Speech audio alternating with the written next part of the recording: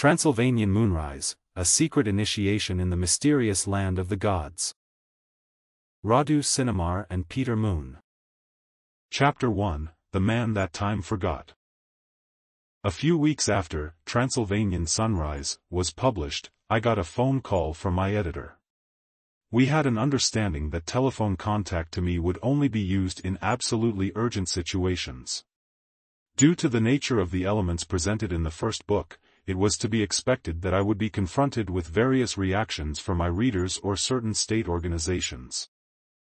Accordingly, I asked my editor to take care of such correspondence and bring only the most important ones to my attention.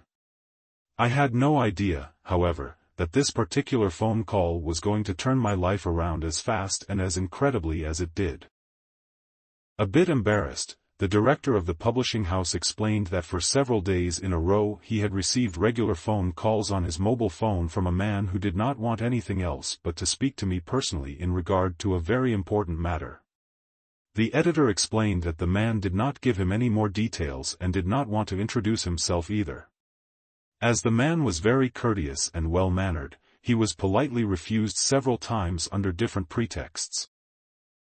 After dozens of such requests, the discussions were firmly ended.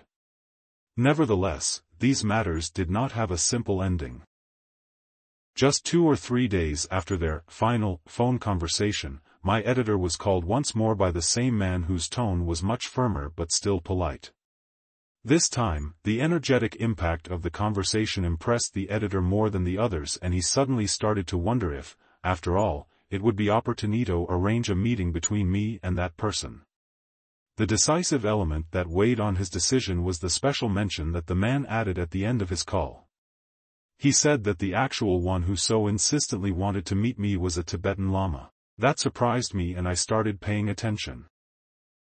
I asked the editor a few more questions about the identity of the one he spoke to, but his reply was that the man refused to leave his name or any other detail.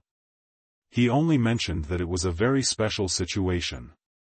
This is exactly why this respectful but very mysterious person asked for understanding, insisting once more that it was very important that he contact me. Finally, my editor agreed to inform me of the situation without promising that I would consent to any meeting. The man left a mobile phone number in case I decided to accept the offer. I thanked my editor and assured him that he did the right thing by contacting me. I found the situation intriguing and was becoming a little curious. I had never met a Tibetan Lama before, and besides, I was wondering why someone like him would be interested in me. Without waiting any longer and feeling like I was pushed by an unseen force accompanied with a strange inner emotion, I went to a public pay phone and called the number I had written down. After a few rings, a man with a pleasant voice and a slight Transylvanian accent answered my call. I introduced myself and said I was willing to talk if I was told beforehand the purpose of the discussion. "What I can tell you right now," said the man, "is that we will not have that conversation over the phone. I was myself asked to intermediate a meeting with you, and I want to insist on this meeting's secret nature." "I have been told that it is a Tibetan Lama that wants to speak to me," I said, asking for more details. "That is true, and if you agree, I can give you the address right now," he said, elegantly avoiding any other explanations. We agreed that we would meet in 2 days' time. I confess that during those 2 days of waiting I became more and more impatient and interested in the reason behind this meeting. The mysterious aura of the person I spoke with and who had avoided introducing himself was intriguing, as was the special importance he gave to this meeting. There was also the prospect that I was going to talk to a Tibetan Lama without even knowing the subject of the conversation. All of these things gave me a state of excitement similar to the one I had when I was supposed to meet Cesar for the first time. In a way, my curiosity and restlessness were well-founded. Although I suspected it was all related to the great discovery in the Busiji Mountains, I still could not imagine what the connection with the Tibetan Lama was all about. My confusion was deepened by the fact that Cesar never mentioned anything about a Tibetan knowing about the connecting underground tunnel towards the Tibetan Plateau. In the first part of the Great Expedition, which concerned the advance through the Egyptian branch and then through the Tibetan branch, incredible things were discovered, incredible for the beliefs and values of the modern society. These are aspects which, as I have mentioned before, I am not yet allowed to make public, but no human beings were encountered. I found out from Cesar that in the Tibetan area, starting from the tunnel that was leading there, an offshoot was forming towards the surface, but it was completely blocked. Topographical studies showed that this particular offshoot of the tunnel was dividing into two, one going towards Mountain Kailasa, where a very old lamasery exists, and the other one going towards Lhasa, the capital, probably having a secret connection with the royal palace. There was another major offshoot from the main tunnel which went in the direction of the Gobi Plateau, but this direction had not been pursued in the first stage of the expedition. Nevertheless, the surprise I was about to experience during this imminent meeting surpassed even my most fantastic expectations. I can certainly say that it was one of the crucial moments that deeply transformed my existence. The unfolding events of the next couple of days were something akin to the effects of shock therapy, ideologically as well as existentially. Eleanor. During the afternoon of the second day after the phone call, I went to the given address. It was a secluded street in an exclusive neighborhood of Bucharest. The smart houses were shaded by big leafy trees that were moving slowly in the quiet afternoon. I found the house very easily. It was a one-story villa that had been recently renovated with a very modern and ingenious design. After ringing the intercom, I was let in almost immediately. A bit nervous, I entered a small courtyard full of greenery with two well-cared-for paved alleys. Quickly going up a few stairs, I found myself in front of a beautifully carved front door which then fully opened. At last I was greeted by the mysterious man whose accent I immediately recognized. However, I was quite surprised to notice that he was very young. He did not look older than 26 or 27 and was blond, of medium height and was wearing a green shirt and matching trousers. His calm and smiling face invited trust and honesty, but his eyes had hidden depths. Despite his youth, he left me with the impression of being very mature in his gestures and thinking.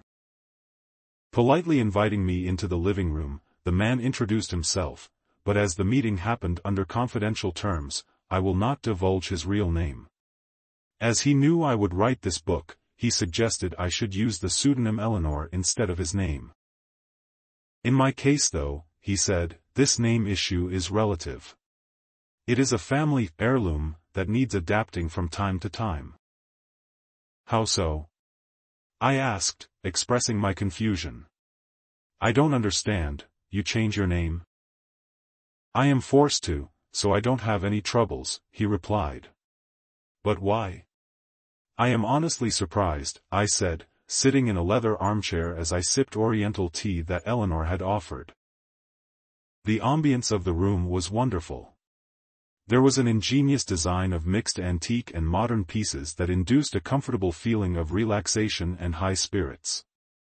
The young man explained that the Lama was going to arrive soon, so we began a naturally flowing conversation which soon turned into a series of amazing revelations. I knew we would quickly arrive at this point in our discussion, Eleanor said. Under the present circumstances, however, I've decided it is reasonable to share with you a terrible secret, one for whom some would be willing to kill. Besides, this is the main reason why I am so careful with this information, but I know that your integrity is indubitable and your good intentions are wonderful. I assured Eleanor of my absolute discretion and at the same time made him understand that I was very interested in what he wanted to tell me. Soon enough, he went on, I will have to change my name again as otherwise I would attract some unwanted attention. The reason for this is that my physical appearance does not correspond to my real age. I was still unable to grasp the essence of the issue. Well, I can't see any discrepancy, I said confidently. After all, you look very good for a young man of not even 30. Eleanor was quiet for a while, looking at me very seriously. The problem is that I am actually 62, he said very calmly. I already arouse suspicions in certain people, and I don't want to feed it further. The only way to do this is to completely change my identity and address in Romania. I would probably need to leave the country for a longer period of time as well.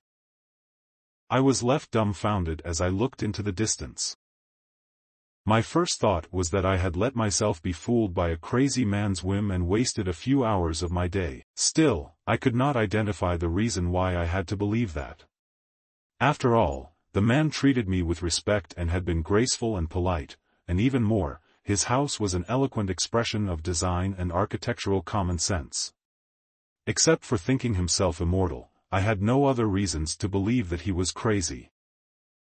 "I understand your emotional reaction," he said in a detached tone. "After all, it is somehow normal to feel at least slightly skeptical towards what I've told you. If you think deeper though, you will see that it is not impossible for a human being to live more than the present average age limit. Actually, one could live for great periods of time in their physical body." "What should I draw from that? That you will not die?" I asked him, noticing that I had used the formal way of addressing him after finding out his real age. "This is for me to discover, isn't it? It will probably be some time before I'll make a decision in this respect," Eleanor said in a slightly ironic tone. "My intuition and esoteric knowledge, however, lead me to believe that we cannot remain in the physical body for an indefinite period of time. Even so, physical life can be prolonged for several thousands of years. This can offer extraordinary possibilities of evolution." As I began to recover from the shocking surprises Eleanor was telling me, I remembered the monatomic gold powder found by Cesar in the amphor-shaped vessel in the projection room. At that point, I had not found out what that substance really was.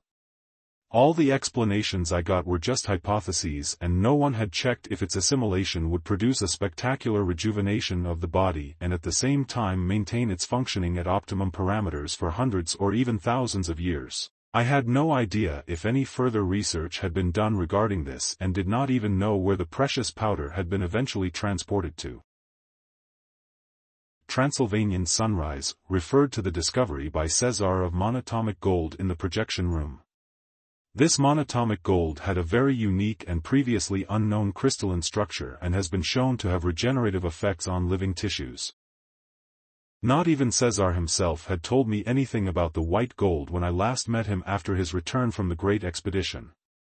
In turn, I avoided bringing up that subject as I was intuitively aware that it represents a sensitive spot and at the same time a terrible secret. It now seemed, however, that fate was in my favor as I was finding out about extraordinary things which, without previously rejecting, would have classified as fantastic. If the person facing me was telling the truth, then I had the living proof that humans do not have to grow old and could even prolong their life in the physical body for a colossal amount of time. I therefore assumed that the secret of the monatomic gold powder was not the exclusive property of an unknown ancient civilization and that Eleanor either had a very special connection or was part of the highest eute of global power.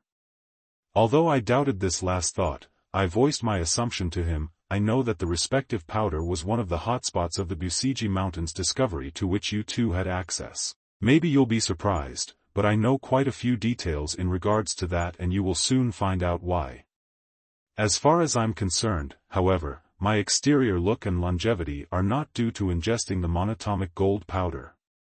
What I want to say is that my looks, despite my real age, is not an effect of me using the monatomic gold powder, but it is due to a device which, in my opinion, makes it even more difficult to understand the interaction between men and the energy of time. I felt another heat wave overcome me as a way of expressing my embarrassment, disbelief and even a sort of panic which caused me to shift restlessly in my seat. I did not want to be the victim of a tasteless farce, but at the same time, I did not have enough arguments to support this suspicion. Still uneasy, I asked for proof. Eleanor then showed me his ID card and his passport. I never more closely and carefully examined anyone's identity papers in my entire life, but I could still not find any flaws. There was no doubt over the face in the picture. It was Eleanor and the year of birth was very clearly written, 1942. Even so, I thought that the papers might be fake, but I realized that the effort to fabricate them would be too great and the reason behind such an action would be unclear. If he was indeed what he pretended to be, it would have been in his best interests to have papers that proved he was much younger than he is in reality, as that would override any disparity with regard to his looks. Intuiting the thoughts I was having, Eleanor showed me his original birth certificate and explained that he had already anticipated my reactions, which he considered normal under such circumstances. This is exactly why he was all ready to show me his personal documents. It is still hard to explain the complex state of mind I was in just then, knowing that I was facing a man who was not growing old in the conventional sense of the word.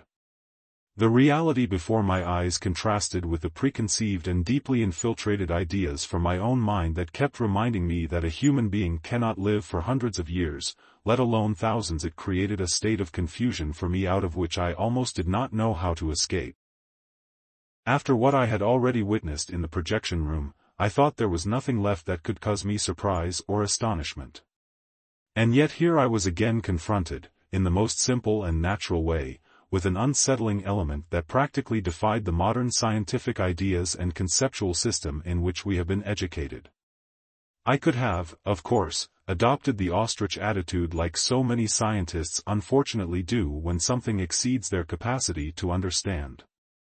I could have easily left that house, but my experience of similar situations and my profound intuition that the man in front of me was telling the truth encouraged me to accept the challenge. Eleanor opened the sliding glass wall in the room and let the cool air of the late afternoon come in. His inspired move helped me calm down and order my thoughts. "Okay," I said. "I understand that your situation is a disconcerting truth, but tell me, how did you achieve it? And please do not tell me you were born immortal, or I will get up and leave immediately." Eleanor laughed heartily and sat back down in his chair. I had managed to overcome my emotional and even conceptual handicap, and this eased the tension in the room. This is also what probably modified our way of addressing each other as we reverted back to an informal atmosphere with common ground. "I am glad I can reassure you at least in regards to this," said Eleanor. "I was born in Oradea * under as normal circumstances as possible. I lived there until I turned 28 when I moved to Bucharest. This was following a crucial event that happened in my life. Oradea is a city of 250,000 people in northwestern Transylvania. Formerly a Hungarian city, Oradea rests on the border of Romania and was awarded to Romania after World War I. I watched him questioningly, inviting him to go on. What I was about to find out shocked me completely. At that time, I was just about to start a family of my own. My fiancée was busy organizing the wedding, which was going to happen 2 months later. During one of those days, I received a registered letter, but the name of its sender was unknown to me. The address of the sender was a post office box at one of the post offices here in Bucharest. Intrigued, I opened the envelope and found several finely written pages in a relatively clumsy formulation. I then found out with great amazement that the one writing to me was a forefather of my own family whom neither I nor my parents knew anything about. Yet, in a strange way, the author of the letter seemed to know me very well, mentioning some milestones of my life up to that date and also making some pertinent observations for every member of my family. I was, however, asked not to disclose the content of that letter to anyone as it exposes information that is precious to me. If these first elements from the beginning of the letter amazed me, the following ones perplexed me. It seemed that my ancestor was of my father's lineage, but the real issue was that he claimed to have been born in 1424 in Germany in an area that nowadays would be around Cologne. He said that his father was a well-known merchant who traveled several times to Asia Minor for trade. Usually he would travel with his family, but the second time my ancestor accompanied his father, their caravan was attacked and robbed by a gang of thugs. His parents were killed and he, 14 at the time, was sold as a slave to a king of lesser royalty who ruled over a territory in ancient Persia. Despite this misadventure, it seems that my ancestor's destiny was still to hold many interesting surprises. A short time after those events, his master was visited by a Maharaja from far-off India, and when this man left, the child was given to him as a slave along with other goods and precious objects. After a long trip in his new master's company, the child arrived in India under the Maharaja's domain. It seems that the Maharaja was an educated man and very interested in the occult.